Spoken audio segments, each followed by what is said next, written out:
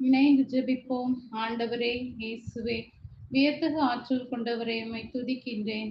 எனக்கு வாழ்வு தருபவரே, உம்மை புகழ்கின்றேன். என் பாதுகாப்பும் கற்பாரையும் கோட்டையுமானவரே, நன்றி கூறுகின்றேன். எலிசா நாமானை பார்த்து, நீ போய் யோர்தானை 7 முறை மூழ்கினால் உன் உடல் நலம் பெறும் என்று சொன்னதையும், நாமான் புறப்பட்டு சென்று கடவுளின் அடியாரின் வாக்கிற்கிணங்க யோர்தானில் 7 முறை மூழ்கி எழ அவர் நலமடைந்தார் எனவும், அவரது உடல் சிறு பிள்ளையின் உடலைப் போல் மாறியது என்றும் இன்றைய இறைவார்த்தையில் வாசிக்கும் நான் உமது ஊழியர்களுக்கு பணிந்து நடக்கவும், அவர்கள் கற்பிப்பதில் நம்பிக்கை வைத்து பணிந்து வாழவும் நல்மனம் தாரும்.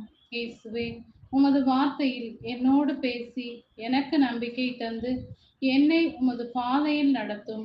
என் பலவீனங்களால் பல பாவங்களை செய்து உம்மை வாழ்வும் வழியுமான இயேசுவின் நாமத்தில் ஜெபிக்கிறேன். ஆமென்.